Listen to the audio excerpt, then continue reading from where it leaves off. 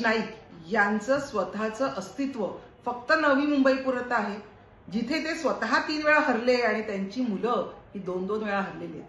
त्याच्यामुळे स्वतःचं नामोनिशाण मिटू नये म्हणून भाजपच्या वळचणीला गेलेल्या गणेश नाईकांनी एकनाथ शिंदे साहेबांवर बोलू नये. कारण आपल्या हाताखाली असलेला एक सर्वसाधारण कार्यकर्ता आज महाराष्ट्राचा मुख्यमंत्री आणि त्यानंतर उपमुख्यमंत्री होऊन प्रत्येकाच्या गळ्यातलं ताईत होतोय हे बघवत नसल्यामुळे सूर्यावर थुंकण्याचा हा प्रकार गणेश नाईक तुम्ही सुरू केलेला आहे. परंतु हे विसरू नका, त्यामुळे थुंकी तुमच्याच तोंडावर पडणार आहेत. अहो, संपूर्ण नवी मुंबईत मिस्टर 5% म्हणून ज्यांची ओळख आहे, कळलं का तुम्हाला? 5% म्हणजेच नवी मुंबईमध्ये जे कुठले प्रोजेक्ट सुरू होतात त्यामधले 5% हे जोपर्यंत गणेश नाईकांना दिले जात नाही तोपर्यंत तो प्रोजेक्ट तिथे सुरू होऊ शकत नाही. असं मी नव्हे, असे नवी मुंबईकर म्हणतात.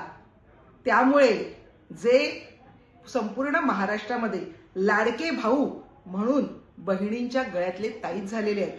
अहो, जेव्हा जेव्हा शिंदे साहेब जिथे जिथे जातात तिथे तिथे महिला त्यांना भेटण्यासाठी गर्दी करतात. परंतु गणेश नाईक, आपण असं आम्ही ऐकलंय की गणेश नाईक जिथे जिथे जातात तिथून तिथून महिला या पळून जातात, महिला त्यांच्यापासून दूर जातात. याचं कारण त्यांच्यावर असलेले गुन्हे. त्यांच्यावर कुठले गुन्हे आहेत, महिलांसंदर्भात कुठले गुन्हे आहेत याची माहिती मीडियानेच द्यावी. कारण तेव्हा समजेल की गणेश नाईक ही व्यक्ती काय आहे.